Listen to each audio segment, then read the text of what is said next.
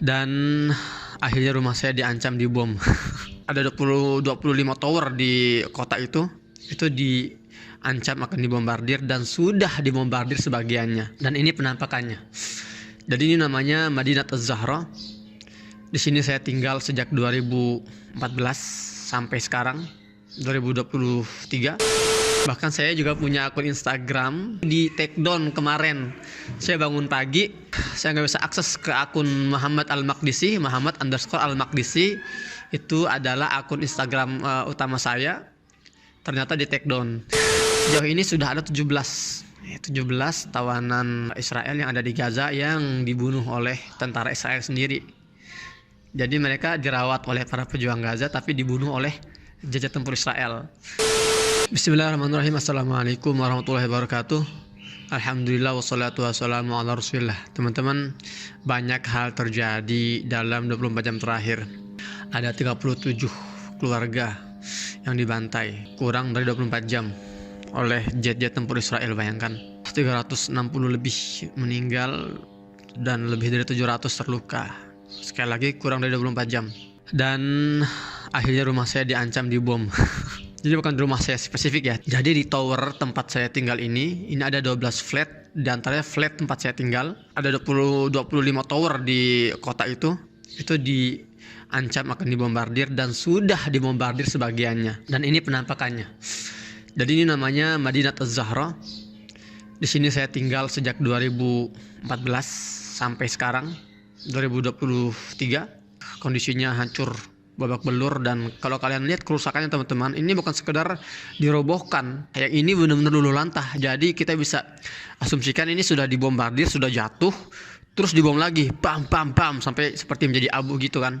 Ya, jadi itulah kondisi tempat saya tinggal. Nah, tapi untuk rumah saya, sampai tadi malam saya calling pihak yang dekat sana, itu katanya masih belum dibombardir, tapi sudah ada ancaman akan dibombardir dalam beberapa jam ke depan.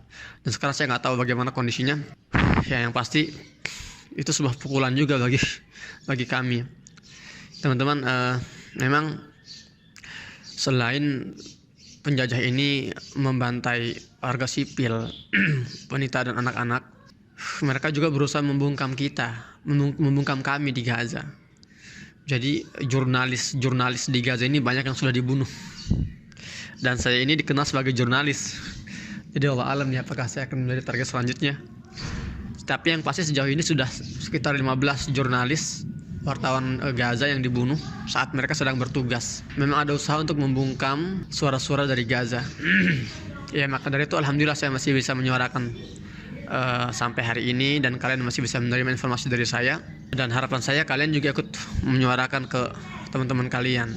Jangan sampai berhenti pada kalian saja. Jadi memang ketika penjajah dan barat ini berusaha menyebarkan propaganda mereka melalui televisi yang mereka kuasai, dan kita tahulah jaringan televisi dan jaringan komunikasi elit global ini menguasai 90% lebih.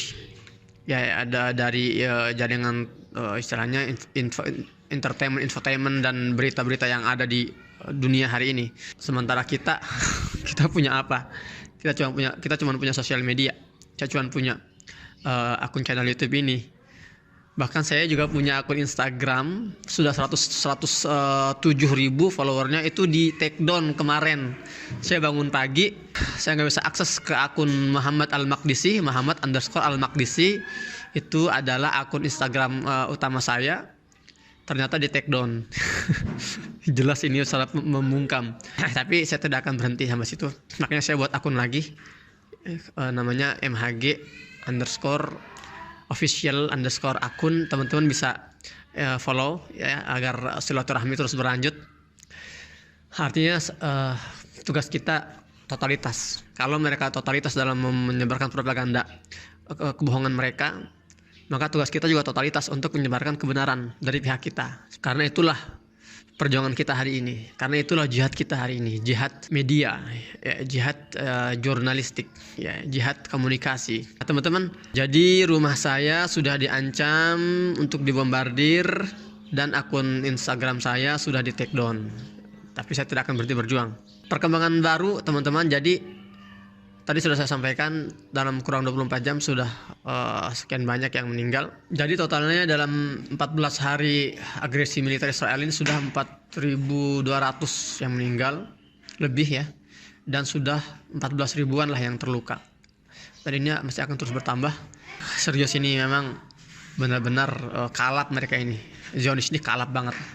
Mereka ini depresi, nggak bisa mengalahkan Hamas, mengalahkan para pejuang-pejuang Gaza. Jadi mereka membantai, membunuh sipil. Nah teman-teman, antum ingat ya, rumah sakit Medani yang dua hari yang lalu itu dibombardir, 600 lebih meninggal sekali serangan, dan itu mau diulangi oleh penjajah. Tadi malam rumah sakit Al-Quds yang lokasinya di kota Talil Hawa di Gaza bagian utara, bagian selatan, itu diancam akan dibombardir. Jadi pihak manajemennya dihubungi oleh militer Israel segera kosongkan rumah sakit. Karena padahal di dalamnya itu ya teman-teman, di dalamnya itu ada 400 lebih pasien, ada tim medis juga ratusan, ada juga 12.000 orang yang lagi ngungsi di rumah sakit. Itu mau dibawa kemana?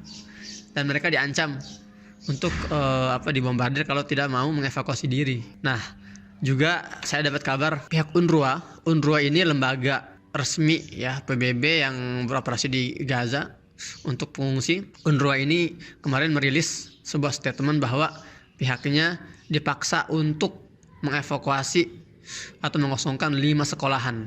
Jadi ada 5 sekolahan PBB yang sekarang sedang dijadikan tempat pengungsian, itu pun diancam oleh penjajah ini akan dibombardir. Jadi harus dievakuasi. Bayangkan teman-teman, mereka mau lari kemana? Pengungsi ini sudah mengungsi dari rumah mereka, mencari tempat yang mereka anggap lebih aman. Tuh suara pesawat tuh deket banget tuh. Ini biasanya kalau udah gini jatuh nih. Ada beberapa bom biasanya. Ya, salim ya Allah. Dengar gak sih suaranya pesawatnya? Jet tempur ini F-16. Nah, jadi bayangkan teman-teman, warga ini mereka terpaksa mengungsi dari rumah mereka, mengungsi untuk mencari tempat yang mereka anggap lebih aman, dan mereka mengungsi ke sekolahan-sekolahan PBB ya, dengan harapan ya namanya PBB kan, mana mungkin dibom sih. Tapi PBB juga pengungsian PBB juga sudah diancam. Sudah harus dikosongkan 5 sekolahannya. Makanya UNRWA mengatakan dalam rilis tadi malam itu, artinya dengan demikian sudah benar-benar tidak ada lagi tempat aman untuk warga Gaza. Gak tahu sampai mana mereka akan berbuat ini.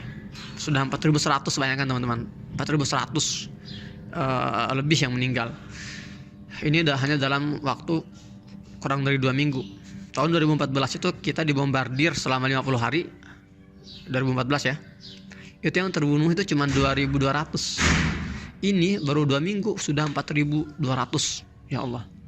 Dan masih akan terus bertambah karena laporan juga menyebutkan ada 1.400 lebih korban yang masih tertimbun di bawah reruntuhan, di mana 720 diantaranya anak-anak. Dan informasi barunya tadi malam para pejuang Al-Qassam ya merilis atau melepaskan 2 tawanan sipil kewarganegaraan Amerika Serikat, seorang ibu dan seorang anaknya, seorang putrinya. Tapi putrinya udah gede ya, udah dewasa ya. Saya nggak tahu namanya, lupa, tapi udah disebutin namanya. Dan itu langsung disampaikan oleh juru bicara Al-Qassam, Abu Ubaidah. Itu langkah yang sangat cerdas. Jadi dia bilang dalam rilisnya, dia bilang sebagai bentuk penghormatan kita terhadap pemerintah Qatar ya, yang terus bernegosiasi untuk mengakhiri serangan. Jadi kami akan melepaskan 2 tawanan sipil dari warga Amerika. Artinya sebagai bentuk ini ya, respon positif itu, bahwa pihak pejuang pun ya kita siap untuk bekerja sama, kita siap untuk namanya itu berkolaborasi ya dalam menghentikan serangan-serangan ini gitu loh. Nah, dan dalam rilis tersebut juga dia mengatakan, Abu Ubaidah mengatakan, kami juga memang sudah berniat akan melepaskan seluruh tawanan sipil. Namun ketika kondisi sudah reda, artinya sudah risiko pengeboman sudah tidak ada. Memang dari awal teman-teman, prinsip para pejuang di Gaza ini, mereka tidak mau menawan sipil. Jadi target mereka adalah menawan para tentara. Ya, jadi tawanan tentara itu yang mereka akan akan terus mereka tawan untuk bergaining dalam perundingan pertukaran tawanan antara tawanan Yahudi Israel, tentara Israel, dan tawanan warga Palestina yang sampai saat ini masih ada ribuan jumlahnya di penjara-penjara Israel. Jadi gitu. Nah, itu langkah cerdas para pejuang. Jadi dia melepaskan dua orang itu akan menjadi tamparan telak untuk Joe Biden dan Netanyahu. Kenapa? Pertama, ini mengangkat posisi Qatar ya dalam perundingan yang sekarang sedang menjadi negara namanya mediator. Jadi kan sekarang yang jadi berusaha memediasi ini kan Qatar, kemudian juga Mesir, kemudian juga Amerika dan negara-negara Eropa berusaha memediasi antara dua belah pihak ini kan. Nah, dengan Hamas menyebut nama Qatar ya, yang telah berusaha semaksimal untuk berunding, artinya ini menaikkan bargaining negara Qatar, dan sekarang banyak teralih ya, negara-negara ini akan teralih pada Qatar untuk bersedia berunding dengan para pejuang di Gaza agar melepaskan sipil lainnya gitu ya. Itu yang pertama. Yang kedua, dengan dibebaskannya dua tawanan Amerika ini, dua wanita Amerika ini, mereka akan cerita nanti bagaimana perlakuan yang sangat humanis, yang sangat manusiawi dari para pejuang ketika mereka dalam tawanan. Kemudian mereka juga akan cerita bagaimana ngerinya kondisi Gaza di bawah bombardir Zionis Israel. Ya, jadi ketika Joe Biden ini menyebarkan propaganda bahwa katanya para pejuang Gaza ini memenggal ya puluhan kepala anak-anak Israel yang ternyata sudah dibuktikan itu adalah hoax, dan katanya ada juga tuduhan bahwa para pejuang Gaza ini memperkosa ya tawanan wanita gitu kan, atau juga ada yang mengatakan ini membunuh para sipil. Ini sementara akan terbantahkan sendiri oleh dua orang ini, ya, dua orang tawanan ini gitu loh, kalau mereka tidak berbohong ya. Karena ya kita tahulah track recordnya para pejuang Gaza ini memang memegang teguh prinsip memuliakan tawanan. Ya, bahkan mereka lebih memuliakan tawanan dibandingkan rakyat sendiri gitu loh. Tawanan ini dikasih makan yang layak, sementara banyak warga Gaza sendiri yang sebetulnya tidak cukup untuk makan sehari-hari gitu kan, ya hanya dengan makanan yang sangat sederhana. Kedua, ada sebuah wawancara antara juru bicara militer Israel ya, namanya itu Avichai namanya, Avichai Adrai kalau nggak salah itu. Dia wawancara dengan wartawannya Al Jazeera. Jadi ketika juru bicara militer Israel ini menuduh para pejuang Gaza menjadikan warga sipil sebagai tameng hidup mereka, ya, dibalas tuh oleh si pembawa acara itu ya, presenter itu. Dia bilang, lah Hamas ngapain repot-repot menjadikan warga Gaza jadi tameng manusia? Kenapa tidak tawanan Israel aja yang dijadikan tameng manusia gitu kan? Itu lebih aman sebetulnya. Tapi para pejuang Gaza enggak pernah misalnya meletakkan tawanan-tawanan sipil Israel di atas gedung-gedung di Gaza agar tidak dibom misalnya kan. Itu namanya tameng hidup. Tapi enggak. Artinya ini mematahkan fitnah bahwa Hamas menjadikan warga ini sebagai tameng hidup. Ya, kalau mereka mau jangan warganya, tapi tawanan Israel lah yang dijadikan tameng hidup. Tapi enggak kan, sekali lagi enggak. Nah, ini menunjukkan bahwa memang fair, para pejuang Gaza ini fair. Ya, mereka mematuhi peraturan undang-undang Jenewa ya, yang mengharuskan menjaga tawanan dan merawat tawanan sebaik mungkin gitu kan. Jadi banyak sekali lah istilahnya langkah-langkah jenius ya, artinya yang didapatkan oleh para pejuang Gaza ini dengan melepaskan dua tawanan ini. Dan dua tawanan ini kalau nggak salah tadi malam sudah langsung dijemput oleh Palang Merah Internasional dari Gaza dan sudah keluar melalui Rafah. Jadi itu informasi kedua.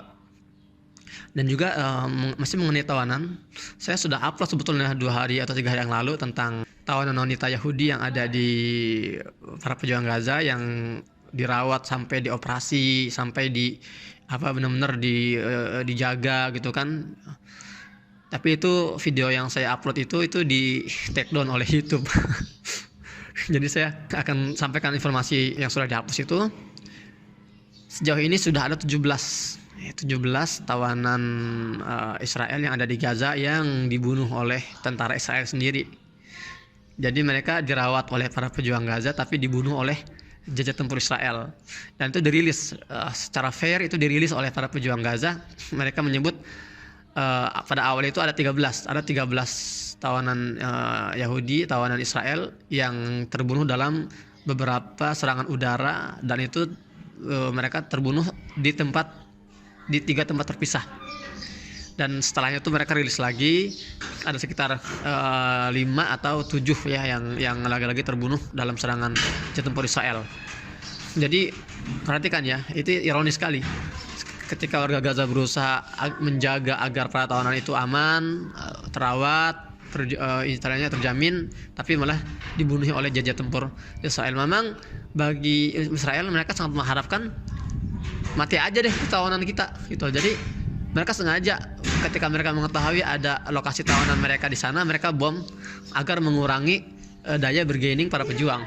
Jadi semakin dikit para pejuang Gaza itu memiliki tawanan Israel, semakin kecil bargaining yang mereka miliki. Memang kejam banget sih. Itulah yang sekarang terjadi di Gaza, teman-teman.